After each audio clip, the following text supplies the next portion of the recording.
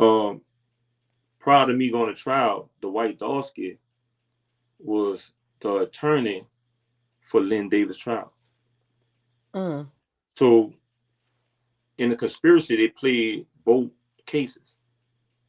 One with Lynn Davis, they tried to help him to beat the charge, police department, all kind of other agencies, and then they gave me intentionally to further the conspiracy. They gave me the white Dawski, Lynn Davis trial attorney. He did not tell me anything about my name being brought up prior a few months earlier at Lynn Davis trial 8 times. He did not tell me that there was another set of twins that was accused of murder, and they got harassed behind the same charge in which I was found guilty of. Right? He didn't tell me that Miss Kim Grove had got murdered by the behest of Lynn Davis and the connection with my case. He hid everything. It was a conflict of interest.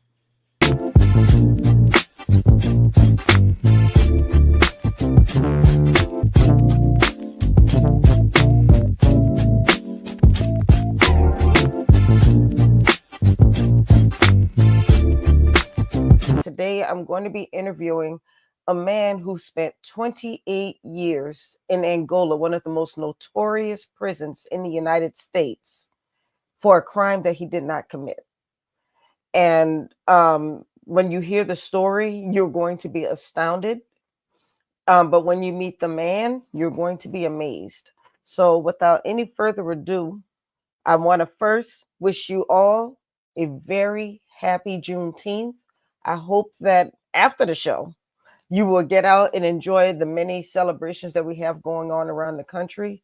But first, please sit down and listen to this amazing story. So I would like to introduce you to Mr. Dwayne Leblanc. Hello. Hey, how y'all doing? Thank everyone for tuning in. My name is Yep. Dwayne Leblanc, and this is my first time having the opportunity to tell my story. So I thank Miss Rhonda for having me. And I thank everyone from coming in, from my family, from my friends, from all around the world.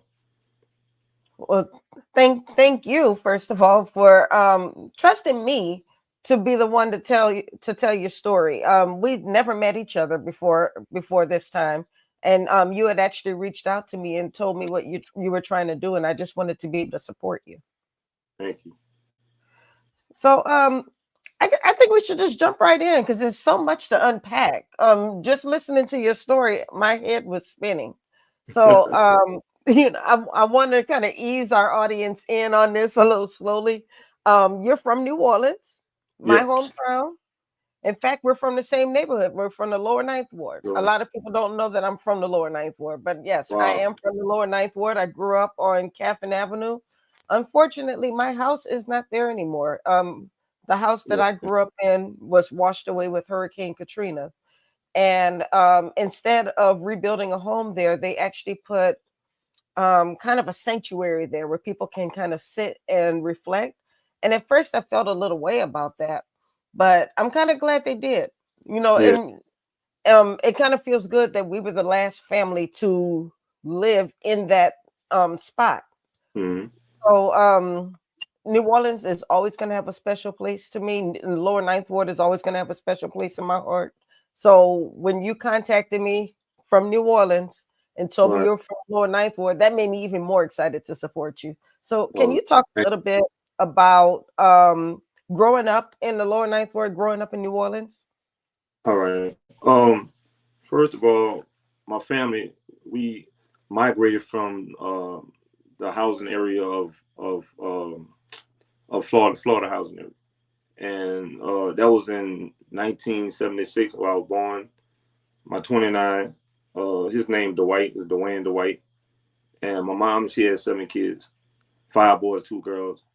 And growing up in the growing up in a housing area of Florida, it was very, I would say, very dangerous because I remember when I was maybe me and my twin, probably like 8 years old, was going to school, walking, sometime busing, and there would be dead bodies on the sidewalk. We would Hmm. see that. We would see guys in the neighborhood selling a lot of drugs. Sometimes would be shootouts. We'll be in the middle of a shootout, and we'll have to run either home or run towards school. It would be violence in the hallways, project hallways.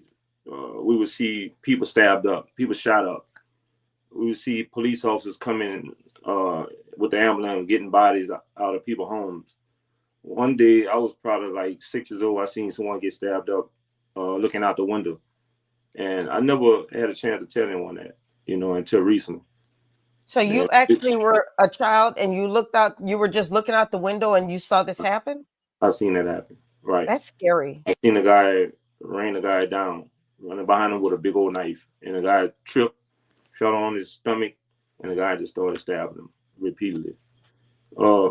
It was common to see things like that. Well, before you go on, I want to clarify for people who are not from New Orleans. When you say Florida, you're not talking about the state of Florida. You're talking about the Florida housing project. Yes. Right. And yeah, we used to pass the Florida housing projects on our way to Catherine Avenue. Right. So my mom moved out of the Florida housing project in 1986. I was 10 years old, me and my twin, and we moved in the Lower Ninth area, where you're from as well. And growing up there, it was kind of faster.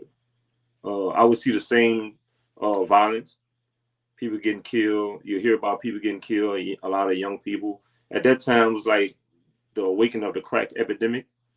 So when me and my twin and I would be going to the corner stores, we would see like hundreds of young Black men standing on the corner selling drugs, and we would be hearing stories. We would see constantly a roundup of police officers coming, jumping, call them jump out boys, incarcerating Black men, talking to Black men. It would be a lot of friends that we knew, we grew up with. I would see them being victim to the drug culture. But we had at that time we had a close knit family.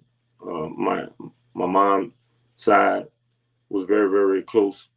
We would all go to the same home every year for holidays, celebrations. So I would say, in spite of all the drama around me, all the hardship, all the scares, we majority of my family is from the Lower Ninth Ward. My father's side as well as my mother's side. So I was always just visit everyone, and that was a high tide of my life. Visit my aunties, my uncles, my cousins. So I felt loved by them, but it just coming up like that, you cannot trust anyone outside of your family because of the potential violence. Now, I do want to ask.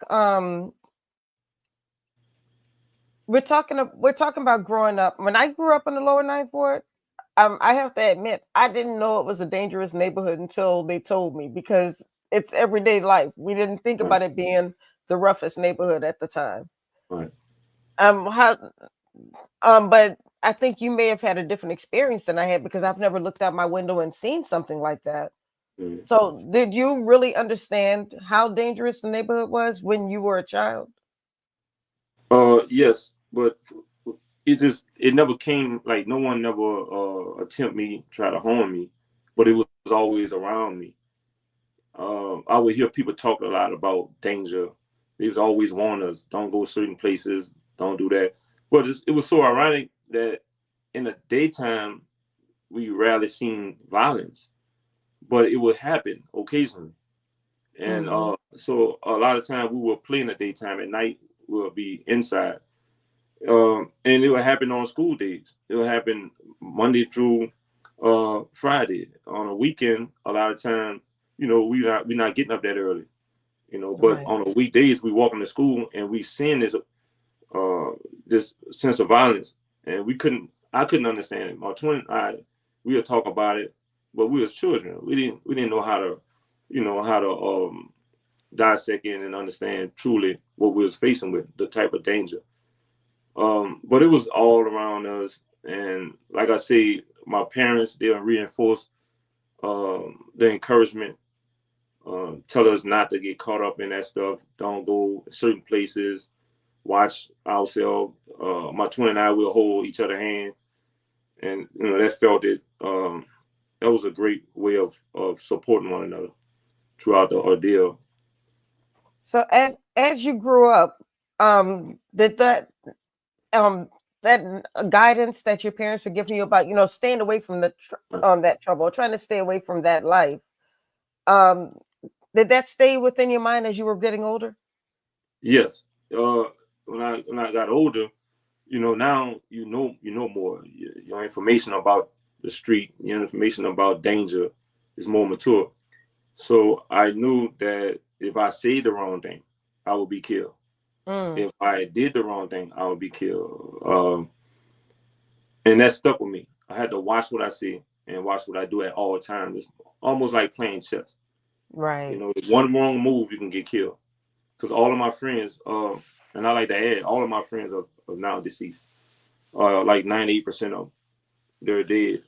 And now I get a chance to see their kids and their grandkids grow up. And sometimes I tell them stories about their father. But most of my friends have died before the age of 21. And I remember my twin and I, we wrote a T-shirt. We wrote names on a T-shirt, and we filled the whole T-shirt up. We filled the whole T-shirt up with names on the front and on the back of deceased friends and associates from all over the city, but mainly in the Lower Ninth area. And we ran out of space. True story. We ran out of space on a T-shirt of deceased friends, of memories that we had, and we no longer took part of that. That happened when we was probably like in elementary, like 10 years old, 11 years old. What Yeah, does I'll never it forget do that. to a person's psyche to, you're having a T-shirt with the names on it and then you run out of space? Or just to know that now, as you think about people you grew up with, many of them are gone before they were even 21 years old. Right. That was the What does norm that in New do to your mind? I thought I was next, because you're constantly hearing gunshots.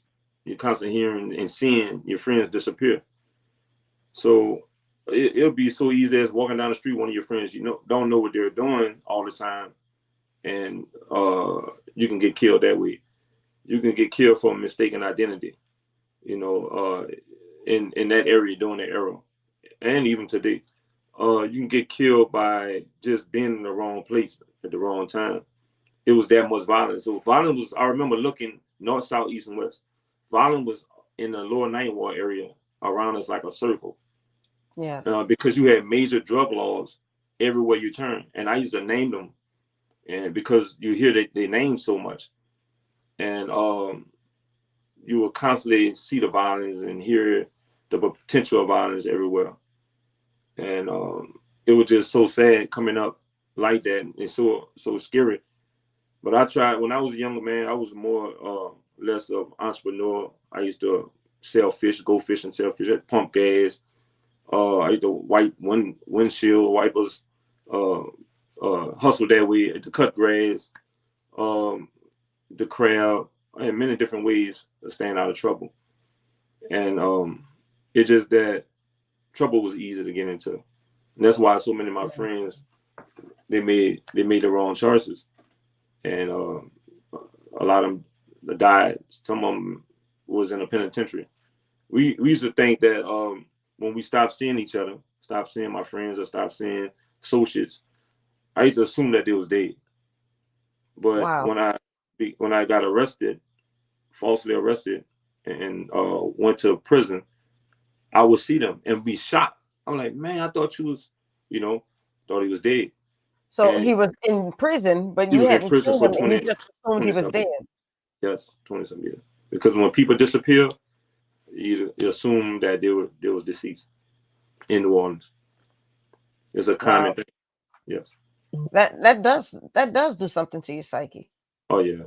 You have to be strong, very strong. And you have to carry that in school. So it was a burden to carry all that stuff. And not having anyone to really talk to.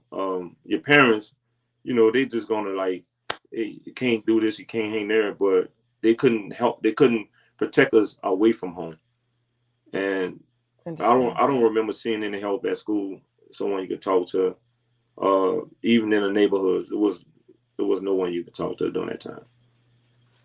So let's talk about, you mentioned earlier that you tried to stay out of trouble, but sometimes or stay at the wrong place at the wrong time, so to speak. Talk about the day that just didn't go well for you. That day when you were accused of something that you didn't do. Yeah, I was in California, and I went there with my older brother, Leonard LeBlanc, with his family and his kids, and we relocated. And I wanted to go to school. I wanted to live with him. I wanted to get away from New Orleans.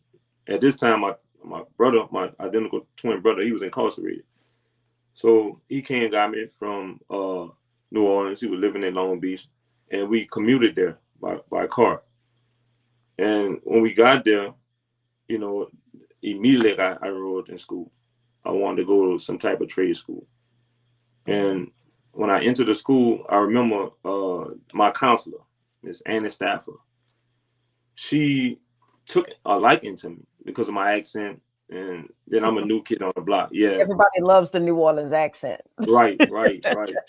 So her and I got real close. We got so close that she used to pick me up from my home from Long Beach. It was like maybe 10 minutes commute from the school. A lot of time I was catching the bus, and she'll pick me up, bring me to school often. And I remember maybe like 2 months of being in Long Beach, I heard a loud knock, like someone trying to kick the door down. I was upstairs. I looked out the window. Soon I looked out the window, it was a gun in my face. Like it was far as the eyes could see, police officers from all kind of departments. Looked like the FBI, DEA, Long Beach Police Department. Even had they called it a bird, dirty bird, helicopter in the air. And I jumped back. I'm like, wow. And I could hear them trying to get in the home downstairs. So my brother woke up. He went downstairs and opened the door. And that's when the police officers came and arrested me. And I'm constantly asking why. You know, they wasn't doing no talking. So they rushed me downstairs, walked me a whole block, and put me. That's how many police cars was out there. They walked me to an entire block, put me in a police car, and brought me to downtown LA, which is a prison, like a detention or something.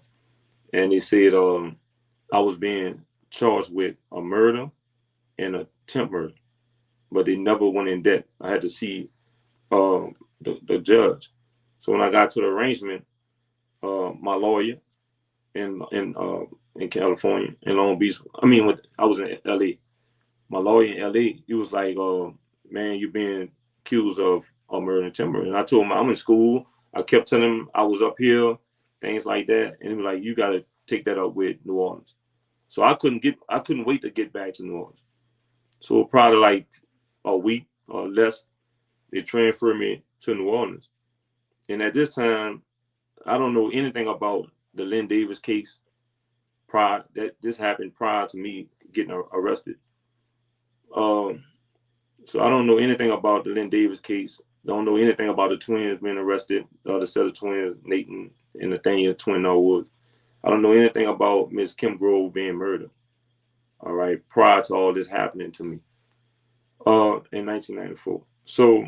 Oh, they actually went to find you in California. Yes, because there was an investigation about the twins being the suspect, the wanted suspect of a murder. So they went into all the twins' information and backgrounds in the lower ninth ward, and they came up with 2 sets of twins. But the problem is, it was 2 sets of twins that both looked identical. They're like quadruplets. So it was playing a process of elimination. Right here? Yes, that's just at the bottom with the red on. That's Nathan and Nathaniel, twin Norwood, and that's me at the top. All right. So they were playing a process elimination. They went after the Norwood twins 3 times, beating them and accusing them on a murder and attempt murder that I've been falsely accused of. And then they came after me. My twin was incarcerated at the time. So it got me out of California, brought me to New Orleans. And I didn't know anything. I'm oblivious to anything in regards to Kim Grove's death, the twins' arrest, accusation of them being accused on a charge that I was falsely accused of. and I didn't know anything about Lynn Davis, the police officer Lynn Davis, murdering and for hire Kim Grove. How is it that you were in an entirely different state across the country, and you would be the one who would be accused of something like this? Because the link was the twin. One of the alleged eyewitness was a drug user, a female from the Lower Ninth Ward area. Because the crime happened on Tupelo and Villery, and she lived nearby.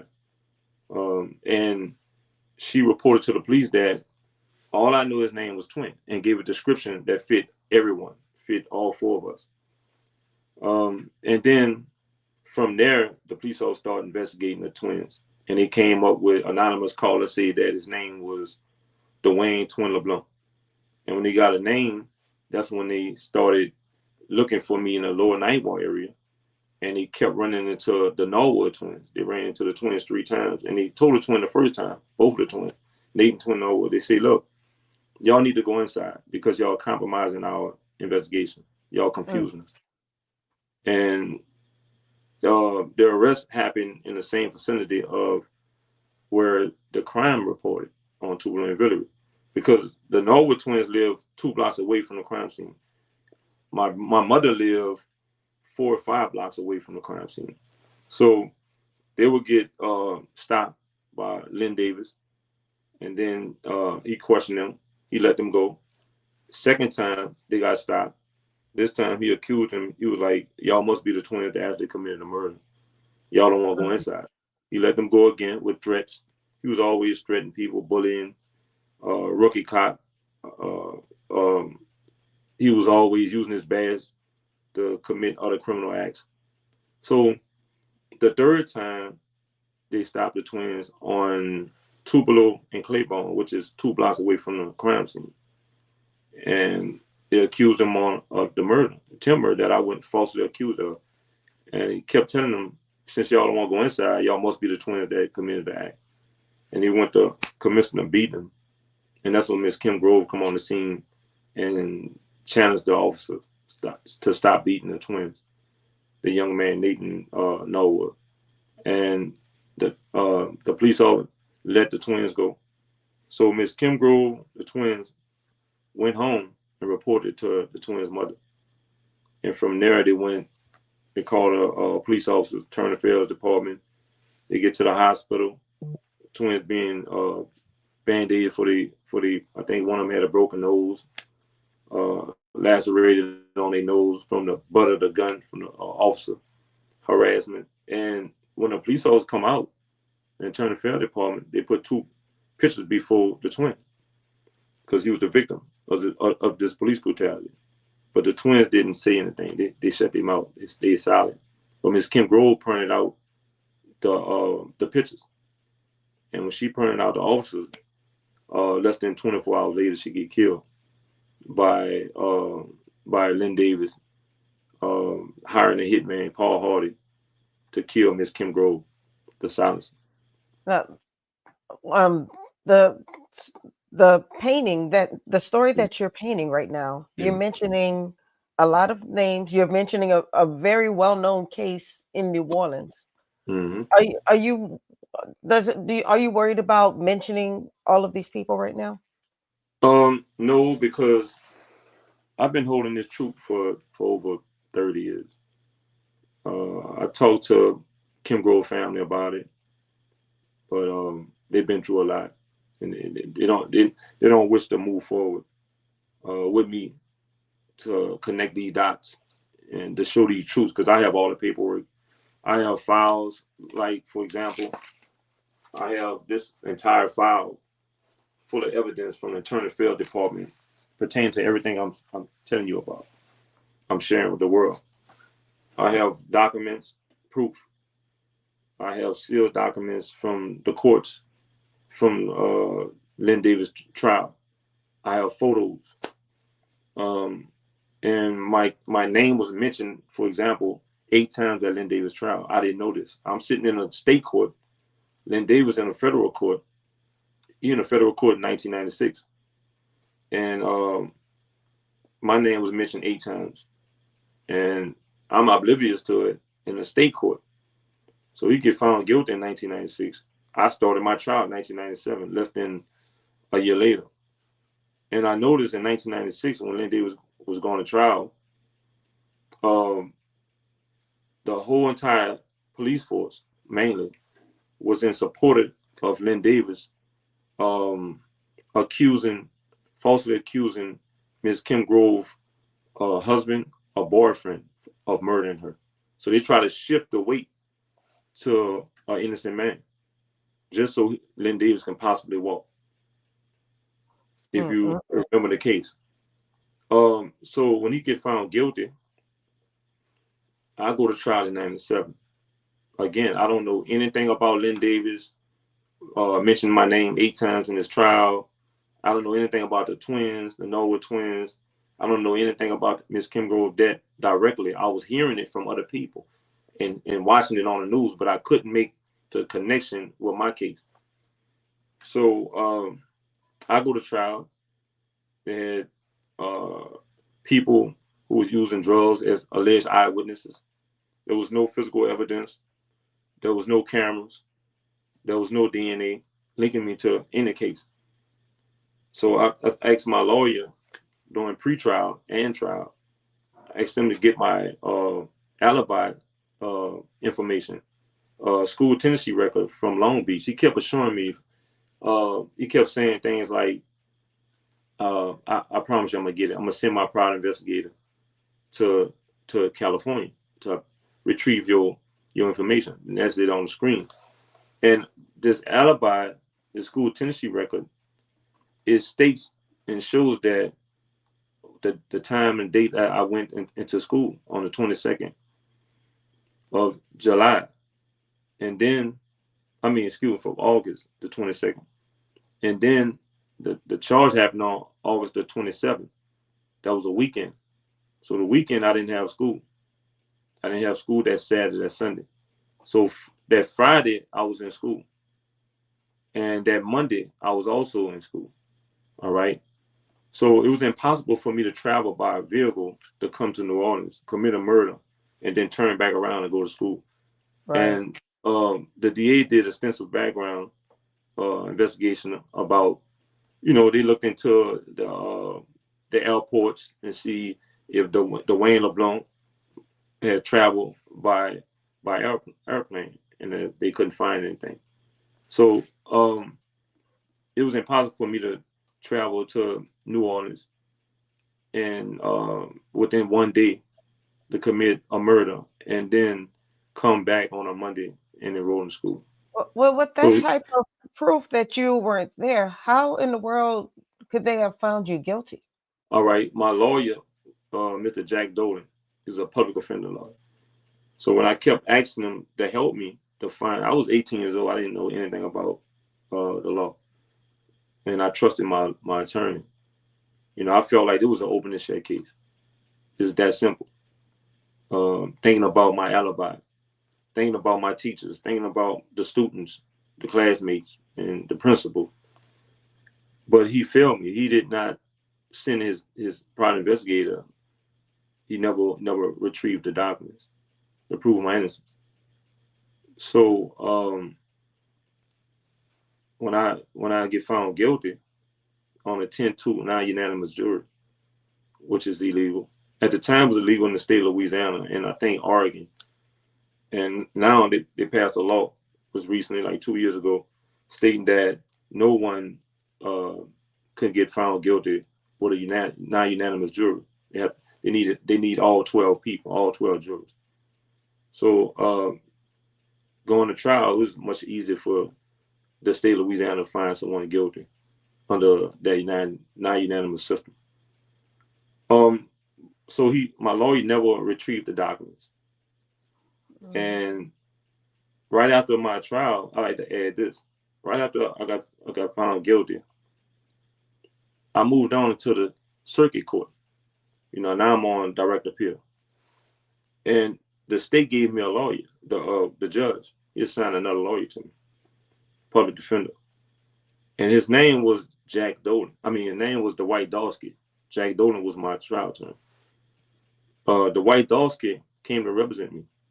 And I like to highlight who the white Dawski is. Prior to me going to trial, the white Dawski was the attorney for Lynn Davis' trial. So in the conspiracy, they played both cases. One with Lynn Davis, they tried to help him to beat the charge. Police department, all kind of other agencies.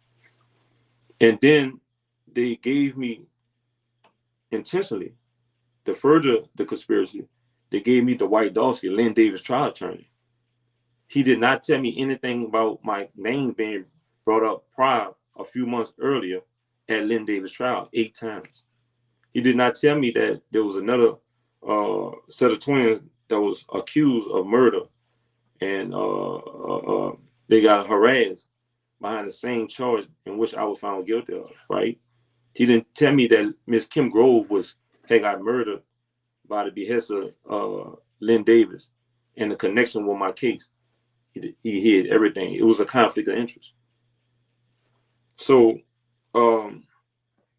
he filed 2 assignment errors in the higher court, the circuit court, straight dismiss and hurry up dismiss my charges. I mean my claims.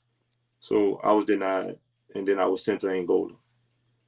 But looking back at all of this, there is a conspiracy, and I just want to share with the world how the government has conspired to keep me silent. No one wanted to help me. It was no government officials from the state, DA's office, lawyers. Everyone went silent on me. And that's why I'm here telling my story.